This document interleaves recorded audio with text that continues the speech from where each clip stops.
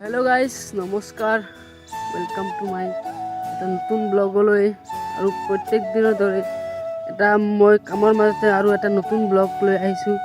আৰু চাওক মোৰ হাতত ভাতৰ কাঁহী, মই দেউতাৰ কাৰণে ভাত লৈ যাই আছোঁ। পুৱাই উঠি দেউতাই গৰু ছাগলী বান্ধিবলৈ কামত চৰৰ মাজত গৈছে, সেইবাবে মই ভাত লৈ যাই আছোঁ। মানে মই আজি অলপ ভাত লৈ যাওঁতে দেৰি হৈছে, কাৰণ পুৱাই উঠি মই অলপ বজাৰত গৈছিলোঁ। বজাৰৰ পৰা অহাত অলপ দেৰি হ'ল, সেইবাবে অলপ ভাত লৈ যাওঁতে অলপ দেৰি হ'ল। তো গাইজ মই ভাত লৈ যাইছোঁ, চাওক ভাতৰ কাঁহী। তো গাইজ মই দেউতাক ভাত দি এইবাৰ ঘৰত যাবলৈ ওলাইছোঁ।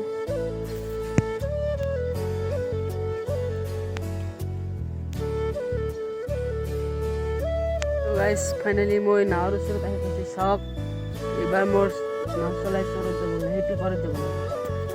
তো চাই যাওক মই নাও কেনেকৈ চলাই সেইটো ঘৰত যাওঁ।